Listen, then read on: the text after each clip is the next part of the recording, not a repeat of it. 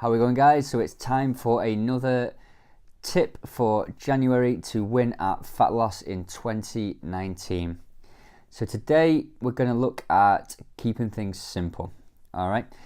So a lot of people will do what we like to say, they will major in the minors. They start looking at the very, very fine details. So they start going, which supplements work best? What time should I have my carbohydrates? What ratio of this should I have? The overall crux of it is that you're kind of looking at like the top 5 or 10% of things and totally neglecting the 90% of things. The 90% being, are you in a calorie deficit and are you progressively overloading your program? If you're answering no to either of those two, then worry about that before you start worrying about anything else. For one, supplements are exactly that. They supplement your intake of whole foods, okay?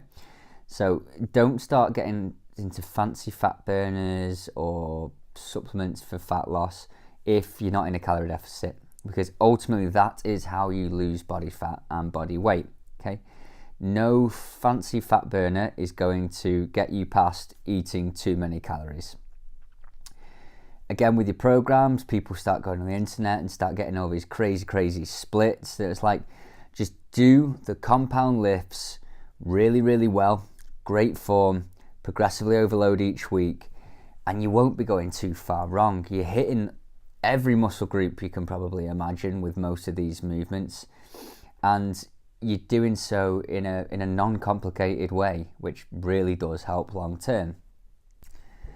With nutrition, as complicated as I'd say would be, hit the calorie number that you know you need to hit, and then try and get as close to the protein number as you possibly can. If you are good on calories, then you are in the deficit, then you will lose the body fat that you want to lose. And hitting a decent amount of protein, somewhere between sort of 1.6 and 2 grams per kilo of body weight each day, will put you at a point where you're retaining muscle mass, you're helping what we call satiety, so how full you feel, and it doesn't need to be more complicated than that. Don't start getting into fancy, well, when should I be eating carbs? No carbs after 6, because if your calorie deficit for the day is correct, then you lose fat. It doesn't matter where or when these calories are consumed, you will still be getting the results that you really want.